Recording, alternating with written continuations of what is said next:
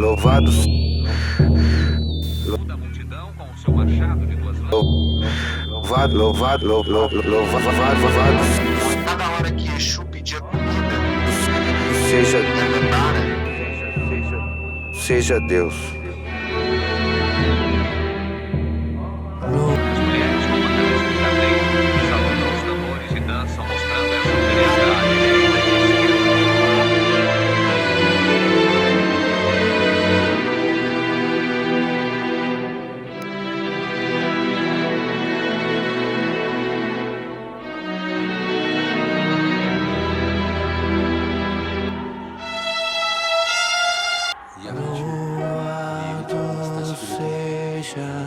Então, assim, então, para quem não conhece o tema, né, o Nietzsche e o Dostoiévski, eles são comumente considerados os dois maiores pensadores do problema do niilismo.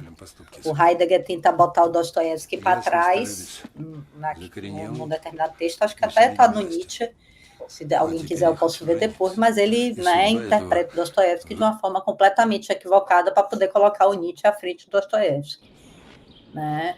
Embora eu tenha lido em algum lugar que ele tivesse uma imagem, o Heidegger, do Dostoiévski na sua parede, né? Então não dá para entender por que é que ele, né, faz essa leitura de que Dostoiévski teria um niilismo mais raso, mais particular, a Rússia, e o Nietzsche que teria sido um pensador de um certo niilismo, como uma espiritualidade universal. Né? Dostoiévski, ele nunca leu Nietzsche, então eles são considerados os dois maiores pensadores do niilismo ainda hoje. Dostoiévski nunca leu. Quando Nietzsche chega na Alemanha, ou na Rússia, a obra de Nietzsche chega na Rússia, Dostoiévski já tinha morrido, mas Nietzsche leu intensamente Dostoiévski, né? Leu em 87, ele lê Dostoiévski, ou é 86, 87 para 86 para 87, que ele diz em cartas que descobriu Dostoiévski, mas é de causar suspeita por uma série de motivos, né? Por exemplo, além, enfim, quando Nietzsche escreve O Nascimento da Tragédia, o Wilamowitz, ele faz uma crítica ao Nascimento da Tragédia bastante impiedosa, e a epígrafe é do Adolescente, de Dostoiévski, e o Nietzsche teve uma relação bastante próxima a Lu Salomé.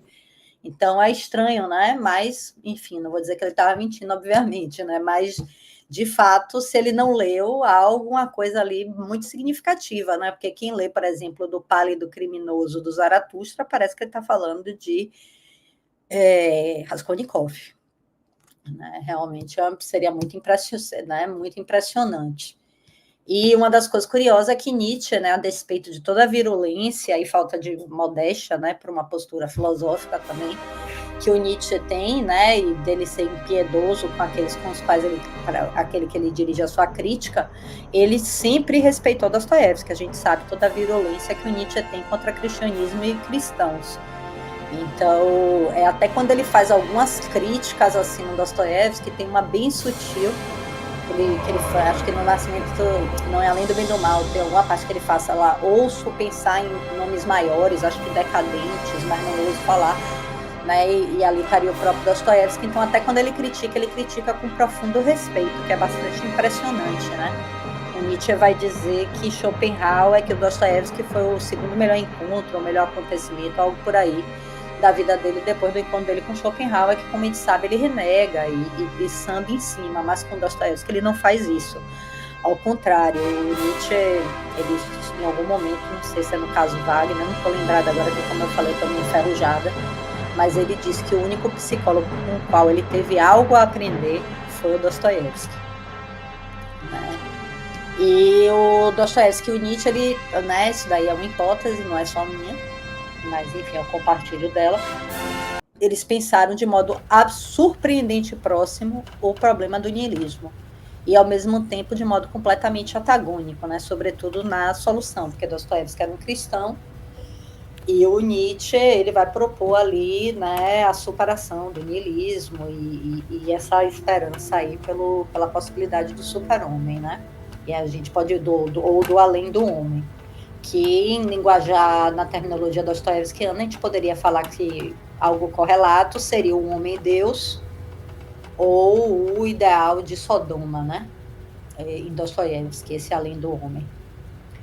E esse espanto dessa semelhança, né, como eu disse, efetivamente, se Nietzsche não conheceu Dostoiévski, a coincidência desse que eu estou me lembrando, mas há vários outros, mas dessa passagem especificamente, o Pálido Criminoso no Zaratustra, é muito impressionante que eles tenham pensado de modo tão próximo. E esse espanto é compartilhado por muitos pensadores e estudiosos, esse espanto com essa semelhança, né? Aí, assim, só a título de curiosidade, né? Mas, assim, por exemplo, o filósofo russo Dmitry Merezovsky, ele acreditava que Dostoiévski tinha antecipado Nietzsche com tal precisão matemática, ele usa esse termo, e aí a conclusão que ele chega é que só podia ser porque os dois eram inspirados divinamente, digamos assim, por algo que, né, sobrenatural, que só isso poderia explicar a semelhança. Né, Camus identifica o pensamento de Nietzsche ao de Kirillov, que é um dos personagens dos demônios. Muitos autores identificam Nietzsche ao Kirillov. Na minha tese, eu identifiquei mais o Nietzsche ao Stravogin, pelo menos o ideal de Além do Homem, assim. Né, o Camus fala, e né, para Kirillov, assim como para Nietzsche, matar Deus é tornar-se Deus. E ele compara o Camus, o destino de Nietzsche com o destino do Ivan Karamazov, que fica louco. Né? E o Dostoiévski, de alguma maneira, ele via como aquele indivíduo que ele ousa demais a ultrapassar os limites, ele tem 3 caminhos, ele tem 3 saídas, ou a perversão, ou o suicídio, ou a loucura. Né? Então, por isso que a gente sempre vê os personagens. Não por acaso os finais de Dostoiévski tendem a ser trágicos, né? Tirando ali o bastante controverso epílogo de Crime e Castigo.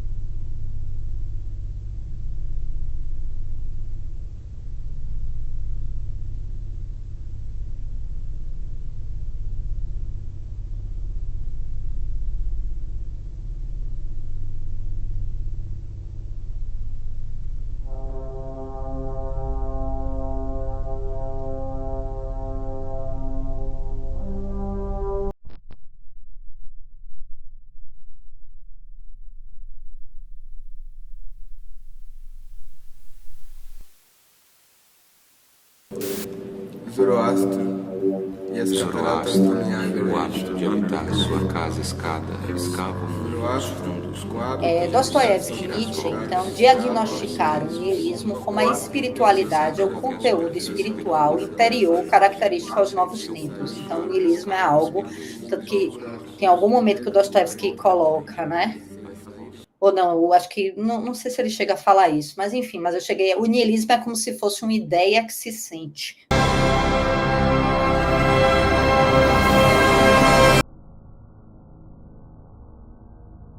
Na verdade, és isca, não tens para onde voltar. Escuro, absoluto, absoluto,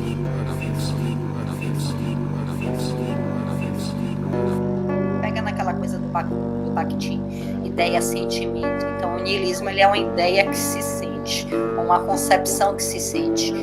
Ele é uma interioridade, uma forma de espiritualidade, que como a gente vai ver é o que eu chamo de espiritualidade negativa. Espiritualidade não no sentido de espírito enquanto gaste, né? Enquanto, se a gente preferir, subjetividade. Espiritual, mas assim, né? Porque subjetividade parece que só diz respeito ao indivíduo. Então seria esse humor, digamos assim, espraiado na cultura, né? E na própria interioridade dos indivíduos, certo? Espírito dos tempos, né? Espiritualidade no sentido de espírito dos tempos. Então, essa espiritualidade nihilista ela é sintetizada pela expressão morte de Deus. Isso significa que o nihilismo expressa uma negação e uma rejeição ao que até então se considerava como fundamento de toda espiritualidade conhecida, que é a espécie de a crença em alguma espécie de universal sacralizado. Então, o nihilismo é a negação ou rejeição do fundamento da moralidade, do fundamento da própria sociedade.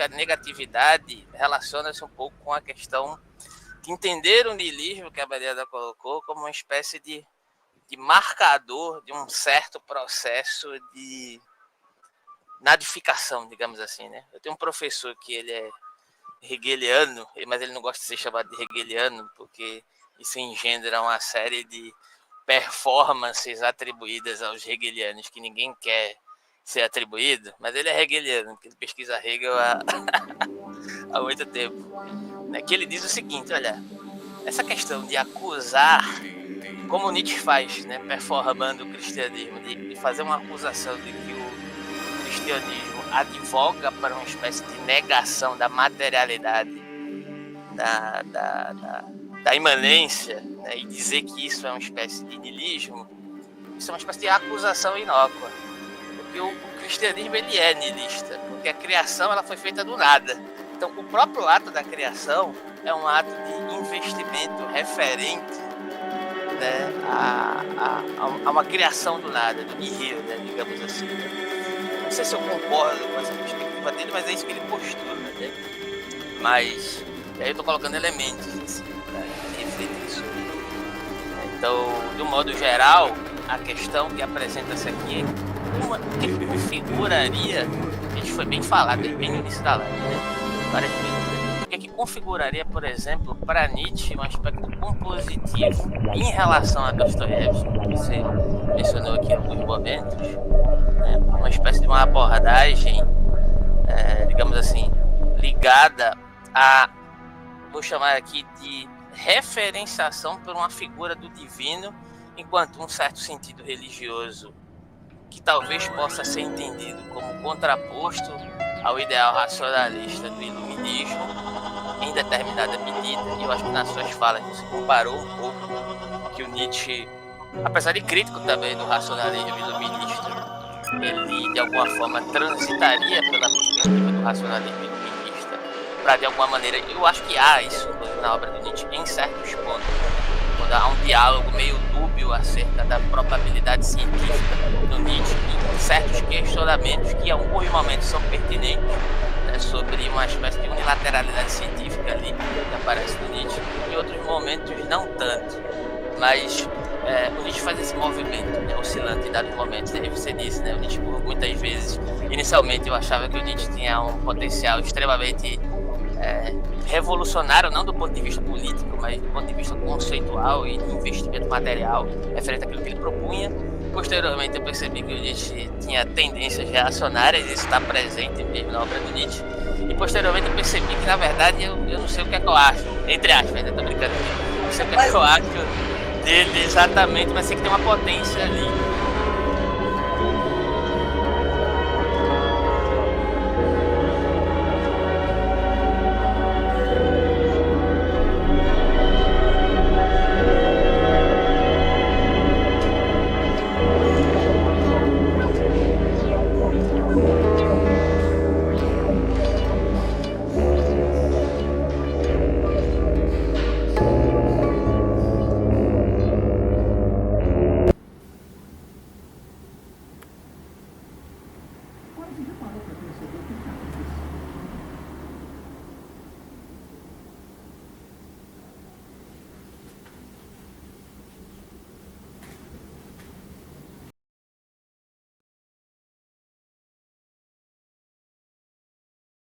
Jung fala algumas coisas sobre a personagem Zaratustra, né? Ele diz o seguinte: Zaratustra, de maneira alguma, é uma figura meramente poética ou meramente metafórica, inventada por Nietzsche, né? Nietzsche uma vez escreveu, diz Jung, né, a sua irmã, dizendo que Zaratustra aparecera para ele em um sonho quando era menino.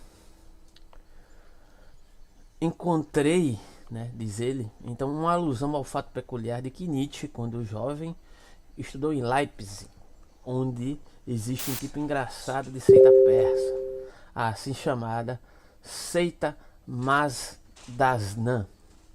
E seu profeta é um homem que se chama a si mesmo El-Hanich. Mas disse que este homem e um alemão da abençoada terra da Saxônia chamado Heinrich, um nome saxão muito conhecido, de fato o professor de línguas orientais, né, daqui me disse que quando estudava persa em Leipzig, este homem participava do mesmo seminário. Certamente não é o fundador dessa seita, mas Dasna, ela é de origem mais antiga.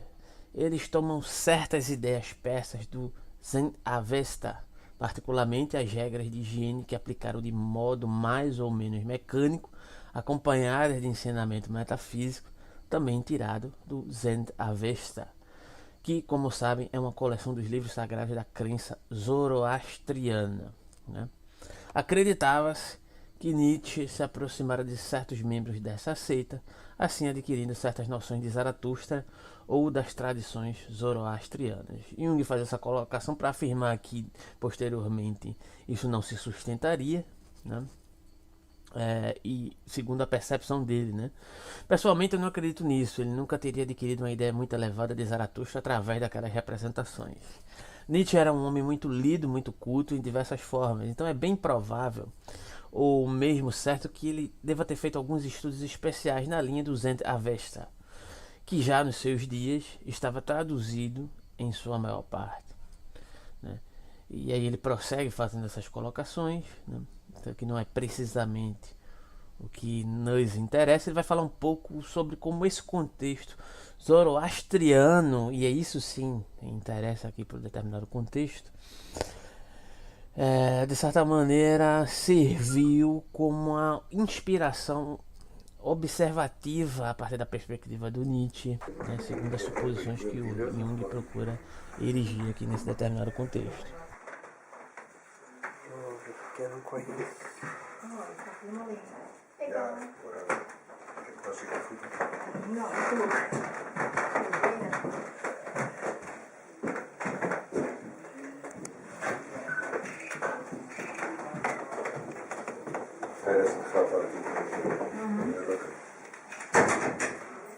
Zaratustra é uma figura quase legendária, mas mesmo assim existem certas noções sobre ele que provam que ele deve ter sido uma pessoa real que viveu numa área remota. É impossível situá-lo, quer geográfica, quer cronologicamente, né? Provavelmente, né, deve ter vivido no noroeste da Pérsia. São as cartas de Nietzsche.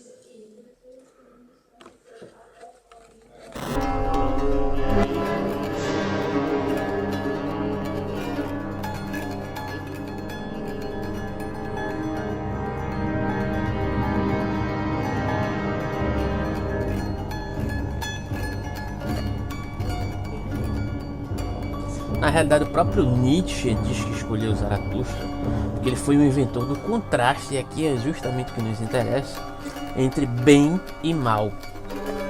Seu ensinamento foi sobre a luta cósmica entre os poderes da luz e da escuridão, e foi ele quem perpetuou este eterno conflito.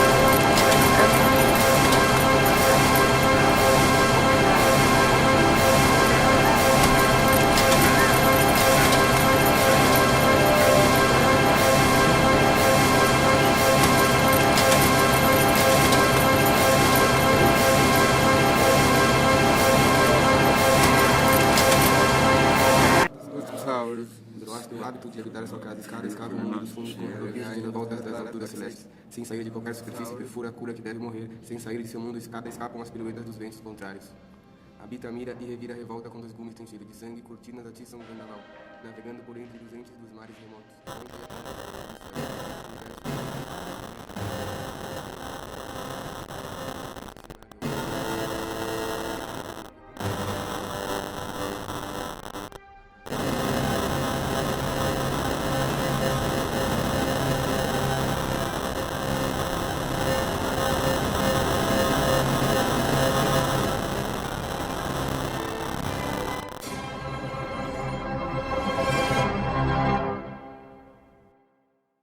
Então, o niilismo aí, ele iria contra, digamos assim, o que há de mais geral e, ao mesmo tempo, de mais essencial, de característico, a espiritualidade e a experiência humana como um todo. Né? Que é aquela história, você muda de cultura, mas cada cultura vai ter ali a sua expressão de relação com o além do mundo, que, de alguma maneira, é uma espécie de universal, que nos perpassa a todos, isso que há de comum, essa essência, digamos assim, né? E essa essência, de alguma maneira, ela sempre tende a recorrer ao sobrenatural. Depois, com o iluminismo, a galera vai recorrer a uma certa razão como esse universal humano, sem o sacro. Mas é isso que tanto Nietzsche, que era ateu, quanto Dostoiévski, eles acreditavam que essa racionalidade universal ela não se sustentaria, porque a razão é sempre meio e nunca fim.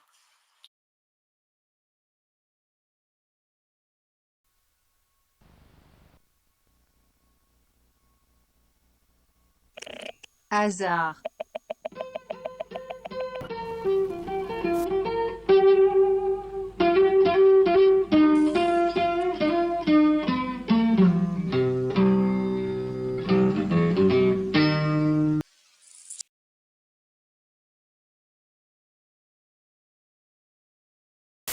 Então, justamente para ilustrar, né, que a mudança de narrativa, né, a dominar a hegemonia, mudança, na verdade, a alteração na hegemonia das narrativas, né, da mudança nas relações de hegemonia cultural. Então, assim, é um código. Então, para explicar, né, essa questão da violência simbólica, a nossa cultura foi violada.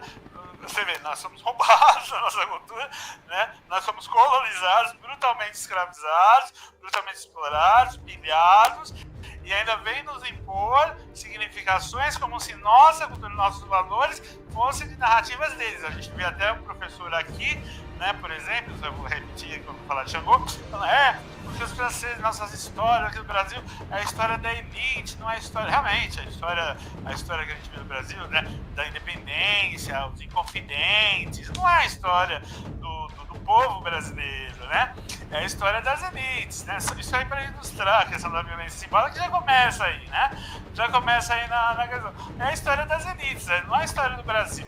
Não é a história do Brasil, é a história das elites do Brasil, né? Na verdade, o reino, o Dom Pedro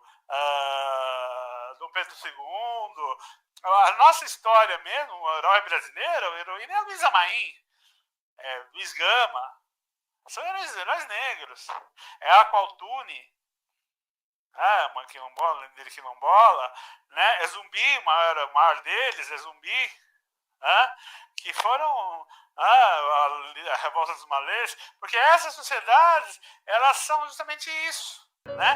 Aí o colonizado de uma sociedade, de uma universidade de sociologia vai falar, que o Brasil, a gente não tem uma história nossa, nossa história é a história das elites, tá claro. Não é que nem a França, que tem os jacobinos, que tem a história, aí ele vem, babá, Só que os jacobinos, eles tinham Rousseau, né? Eles tinham esse texto das desigualdades que deu origem da desigualdade entre os homens, né? Que deu todos, que ele fala, eu vou falar no texto, né? E que ele faz elogio às nossas sociedades ameríndias e africanas, que são esses quilombos, que são esses heróis, que seria Zumbi, que seria Qualtune, seria Luísa Maim, seria Luiz Gama, seriam todos esses aí, né? Seriam esses Moremia, Elala, os códigos de Xangô, todos esses códigos que são marginalizados e não são aceitos. Por isso que a gente escreveu esse livro. Você entendeu? Pelo amor de Deus! Né? Falei assim, senhor, vai chegar o Jacobin, vai lê Rousseau, lê aqui que Rousseau, né? Eu dei uma palestra lá online para a França, que participou juristas africanos e lá na Sorbonne Panthéon,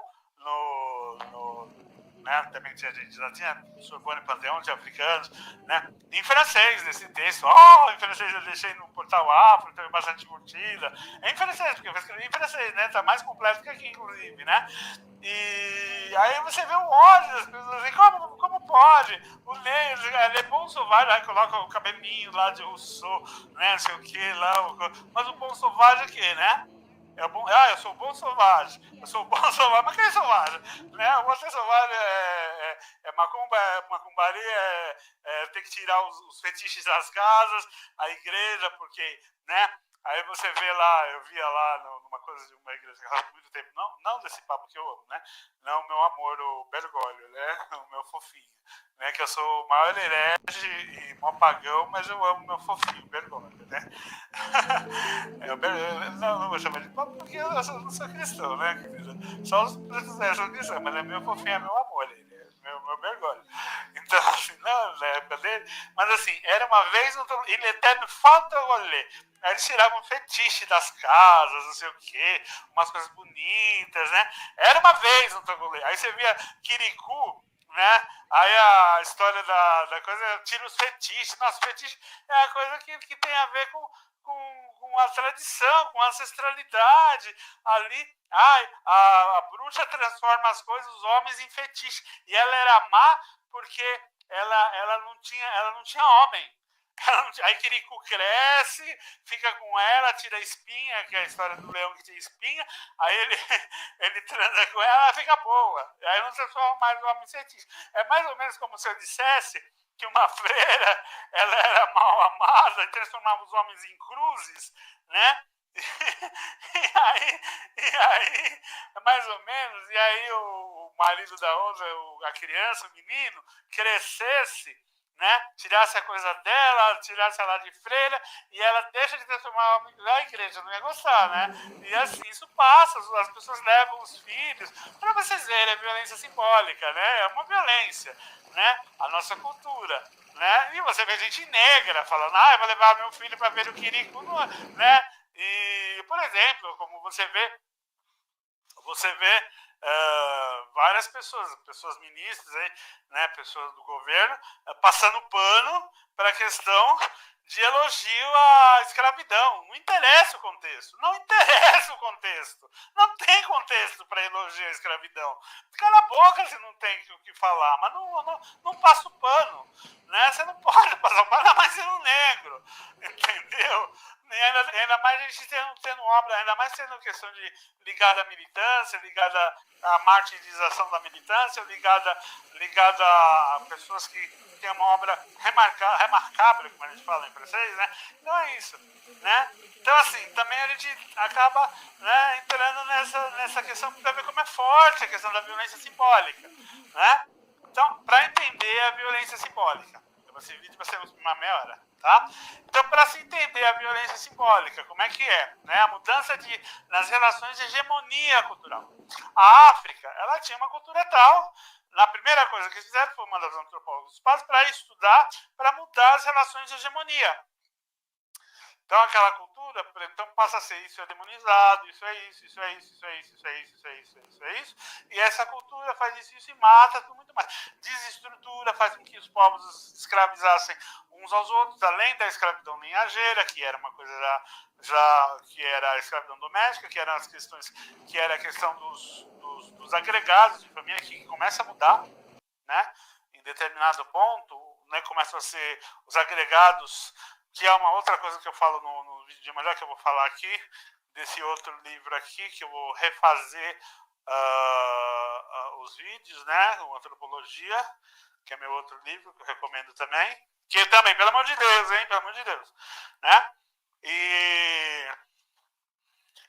então assim, as coisas começam a mudar, né, começa a mudar, e aquela cultura começa a ser, então, sendo que nós somos os civilizadores, né, Rousseau tá lá, Rousseau, bonitinho, e aí você vê os professores, eu chamo o professor e falo, por que me chamou meu filho de negro?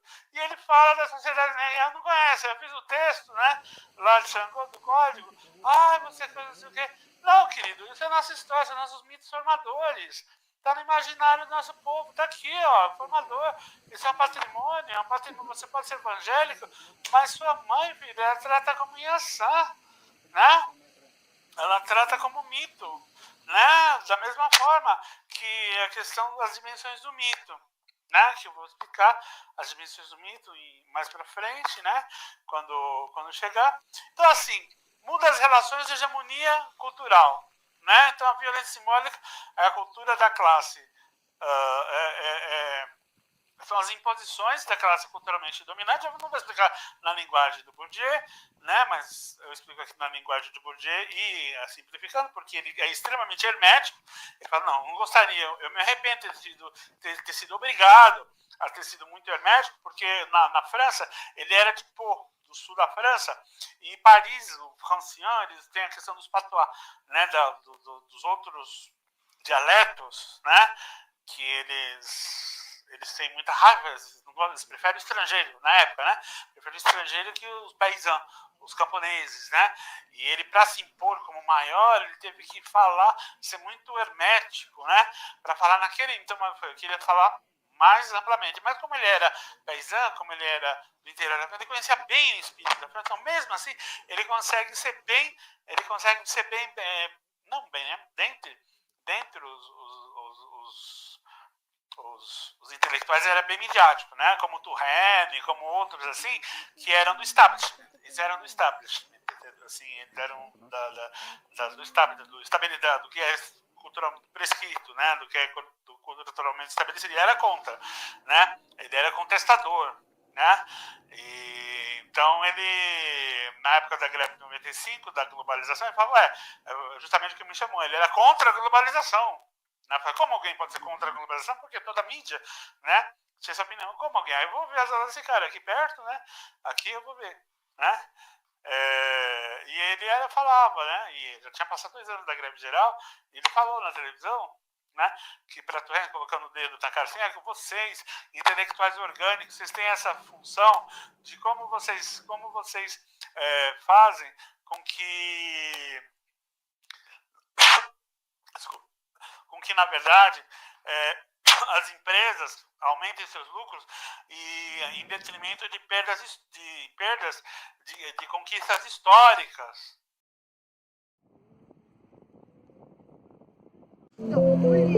Vocês, hein, Lázaro e Marcelo.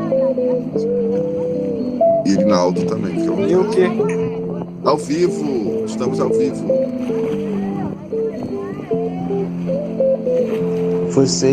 Vocês sabem o que é afropessimismo?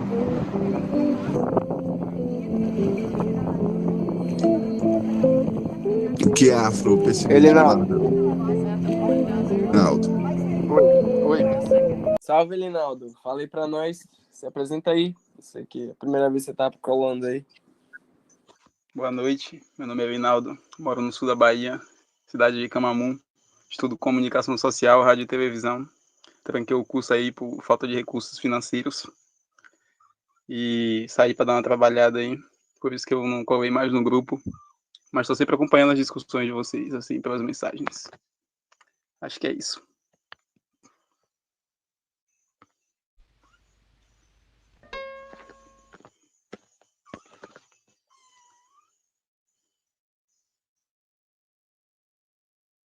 Ô, Eli, por que você se interessou pelo afropessimismo?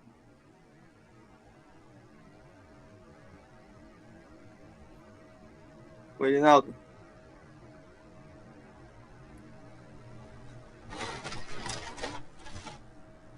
Eli. Oi, tava com problema aqui no microfone. Pode repetir, por favor? Por que você se interessou pelo afropessimismo?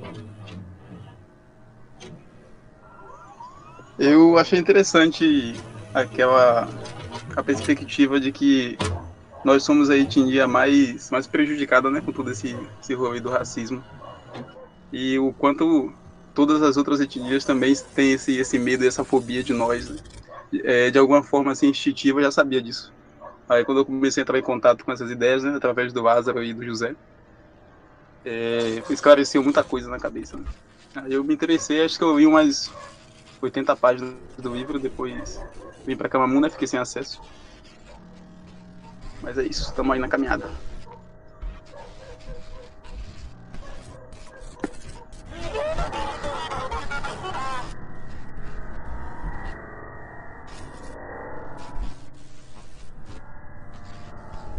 Fala com nós, Marcel.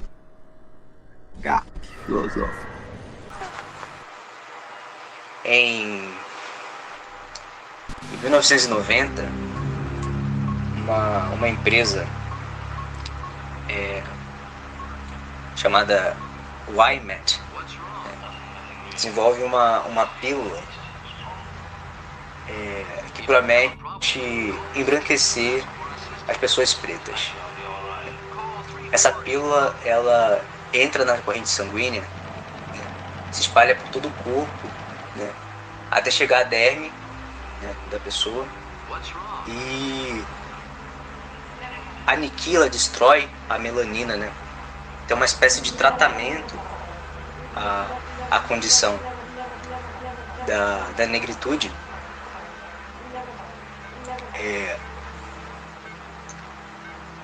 E eles anunciam isso publicamente, né, para a mídia, né, e fazem uma conferência. Essa empresa é uma grande empresa de cosméticos, né, e ela faz um anúncio público, né, e convoca um evento para descrever os efeitos, né, e os contra-efeitos dessa medicação. Em 1991, né, esse evento ocorre e eles anunciam novidades assim, nesses eventos, né, de que não só essa pílula estava sendo proposta, mas intervenções cirúrgicas também iriam conduzir o que seria o futuro da raça, né? Ou seja, a YMET estava propondo uma aniquilação total da questão racial por parte dessas modificações cosméticas, né? Intervenções cirúrgicas como implantes capilares, né? Remoção da íris do olho e recolocação de uma íris de pessoas falecidas, né? E por aí vai. Cirurgias plásticas no nariz, boca, né? Estrutura facial.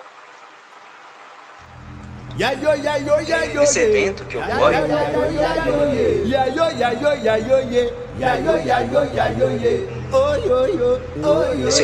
só lembrar onde que esse evento ocorre, acho que ele ocorre nos Estados Unidos, né? Em Los Angeles. E quando eles abrem para o público, né, se pronunciar, um cidadão branco se levanta e questiona ao CEO da empresa o seguinte: ele fala, vejo com olhos positivos que os senhores elaboram uma solução para uma questão que há tanto nos aflige há tanto tempo, né?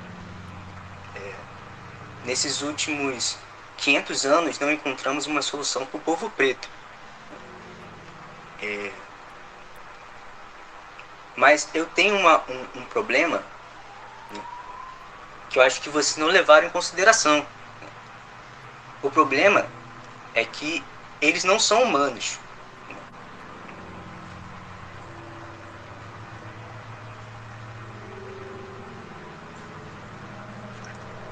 Bom, quando ele se pronunciou, fez um silêncio no evento, de que de fato, todos entenderam ali que existia uma grande questão, né? Nenhum deles queria que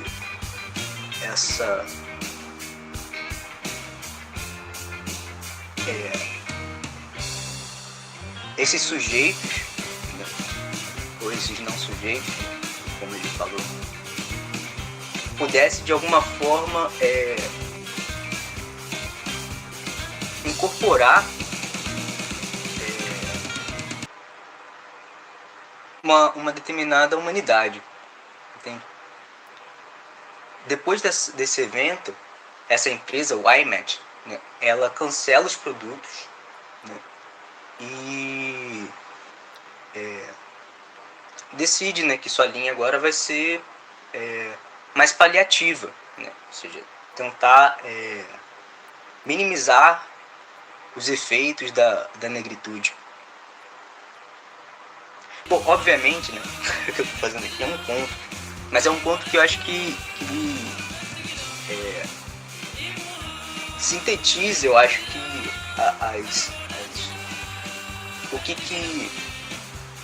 qual é em geral, né,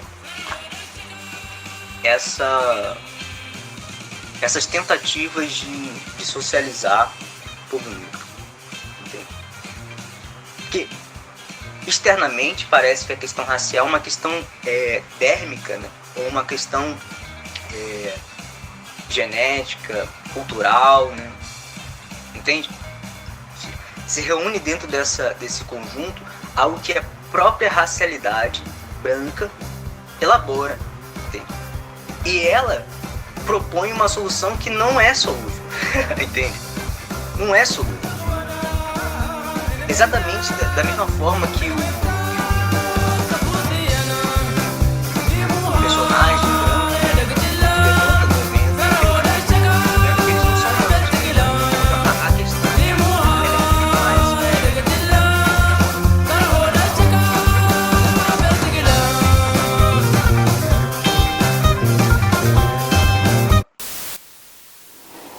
mano, é o intelecto. É ele que é o pilantra da jogada. O instinto é tranquilo, de boa. Ele só tá tentando sobreviver da melhor forma que pode. O problema é que ele tem mais poder do que ele conhece. Aí o intelecto que conhece acha que pode controlar todo esse poder.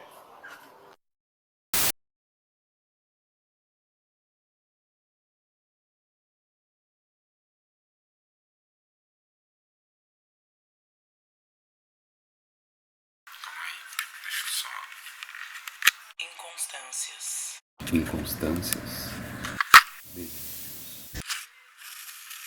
Desejos. Andanças. Daqui o dia nasce escuro, a noite quente, sol azul, o céu, o sol. Daqui o dia nasce escuro, a noite quente, o sol azul, o céu. Aqui tudo é visível, aparente, plausível. O desejo quente, frio, ainda desejo e nunca morno. O desejo latente pulsa,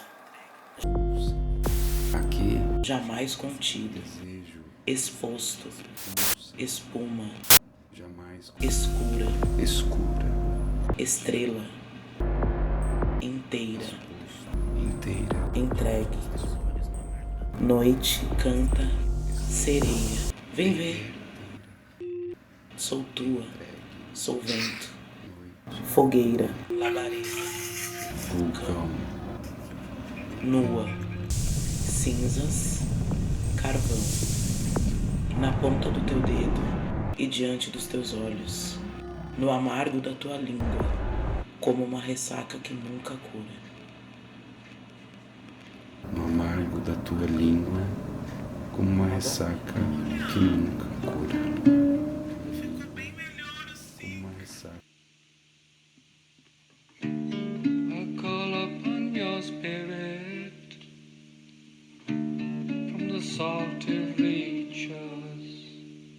Que nunca cura.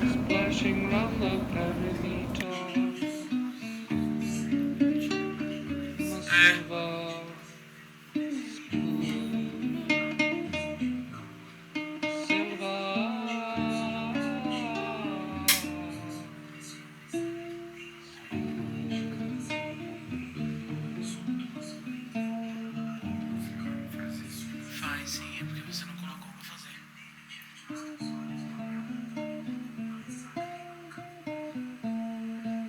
See your face in that potato.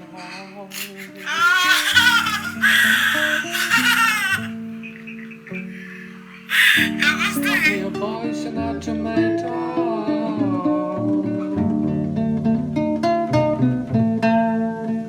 Feel your skin on the tip of my tongue.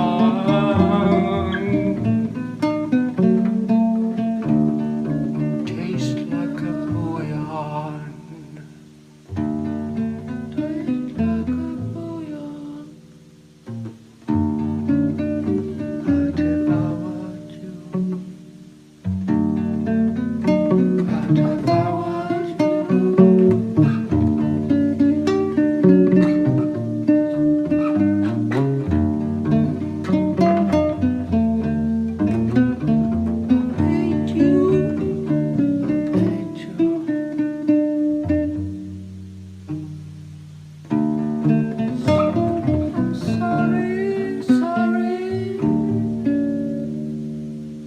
That I hate you.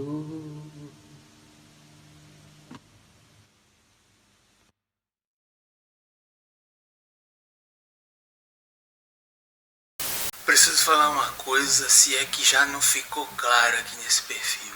Não venha me falar de autoria, de pirataria, de cópia, referente a arquivos que você utiliza e joga no Instagram. Utilizo senha textos ou vídeos de origem primária que não te pertencem. Não venha me cobrar a autoria, né, de republicação aqui no perfil, porque você será completamente ignorado ou, dependendo, né, da situação da edição e etc. Se você for uma pessoa com o mínimo de noção, eu posso até considerar. Porém, fora isso, cara.